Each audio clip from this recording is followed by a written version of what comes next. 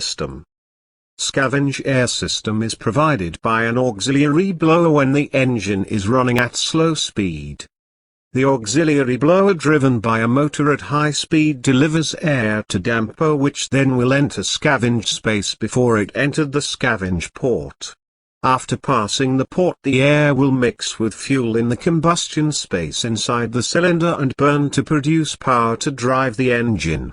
After the engine has reached a constant speed, the duty of the auxiliary blower will be taken over by the turbocharger that flow air through filter and compress it to a constant part into air cooler, where the air will be cool prior before it enter the scavenge space. The reason for cooling the air from turbocharger is that when it running at high speed compress the air to a constant pipe, the temperature will raise up and will cause the scavenge air will expand. The expansion of the air will cause inadequate for combustion in the cylinder and will result in complete combustion.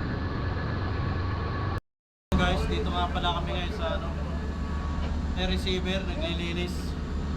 Ito yung kasama natin sa likod. Busy.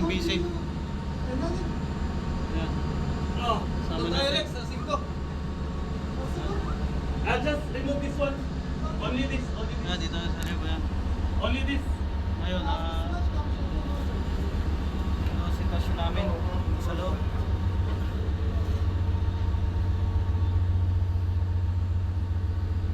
Guys, shout out guys.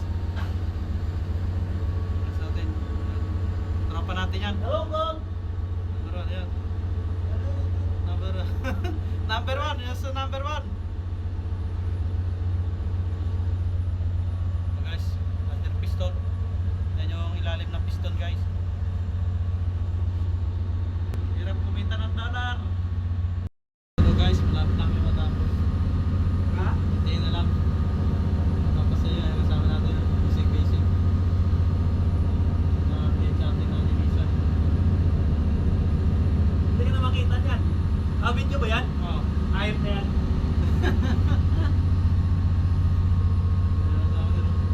What's up?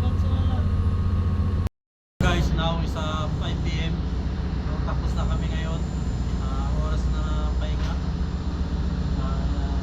Tapos din namin, may natira kami isa. Tutuloy na namin bukas. Kasama natin.